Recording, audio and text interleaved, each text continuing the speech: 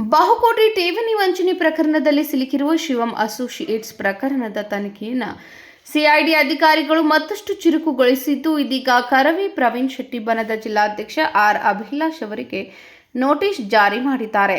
ಶಿವಂ associates ಸಂಸ್ಥೆಯ ಬಂಡವಾಳ ಹೂಡಿಕೆ ಹಾಗೂ ಠೇವಣಿದಾರರ ಹಣ ದುರುಪಯೋಗ ಆರೋಪಗಳ ತನಿಖೆಯ ವೇಳೆ ಸಂಸ್ಥೆಯ ಮುಖ್ಯಸ್ಥ ಶಿವಾನಂದ್ ನೀಲನ್ ಅವರ ಐಷಾರಾಮಿ ಕಾರನ್ನು ಉಡುಗೊರೆಯಾಗಿ ನೀಡಿದ್ದ ಕುರಿತು ಮಾಹಿತಿ ಸಿಐಡಿಗೆ ಲಭ್ಯವಾಗಿದೆ ಎನ್ನಲಾಗಿದೆ.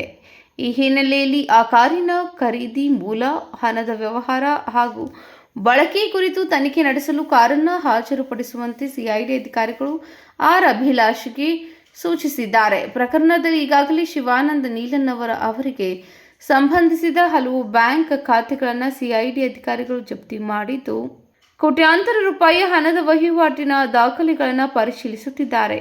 ಶಿವಂ ಅಸೋಸಿಯೇಟ್ಸ್ ಸಂಸ್ಥೆ ಮೂಲಕ ಸಾರ್ವಜನಿಕರಿಂದ ದೊಡ್ಡ ಪ್ರಮಾಣದಲ್ಲಿ ಠೇವಣಿ ಸಂಗ್ರಹಿಸಿ ವಂಚನೆ ನಡೆಸಲಾಗಿದೆ ಎಂಬ ಆರೋಪದ ಹಿನ್ನೆಲೆಯಲ್ಲಿ ತನಿಖೆ ವಿವಿಧ ಆಯಾಮಗಳಲ್ಲಿ ಮುಂದುವರೆದಿದೆ. ಇದೇ ಪ್ರಕರಣದಲ್ಲಿ ಹಲವು ಗಣ್ಯರು, ಸಂಘಟನೆಗಳ ಮುಖಂಡರು ಹಾಗೂ ಪ್ರಭಾವಿ ವ್ಯಕ್ತಿಗಳಿಗೆ ಉಡುಗೊರೆ, ವಾಹನ ಮತ್ತು ಆಸ್ತಿ ನೀಡಿರುವ ಬಗ್ಗೆ ಮಾಹಿತಿ ಸಂಗ್ರಹಿಸಲಾಗುತ್ತಿದ್ದು, ಮುಂದಿನ ದಿನಗಳಲ್ಲಿ ಇನ್ನಷ್ಟು ಮಂದಿಗೆ ನೋಟಿಸ್ ಜಾರಿಯಾಗುವ ಸಾಧ್ಯತೆ ಇದೆ ಎಂದು ಸಿಐಡಿ ಮೂಲಗಳು ತಿಳಿಸಿವೆ. Rajashekhar Hiremath, KMM news, Belagavi.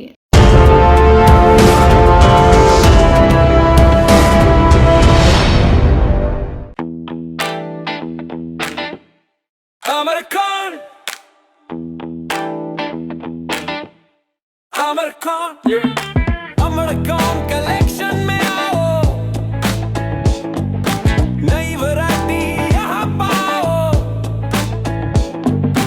सबके लिए कपड़े हैं खास, अमरकॉन में खुशियाँ हैं पास, अमरकॉन।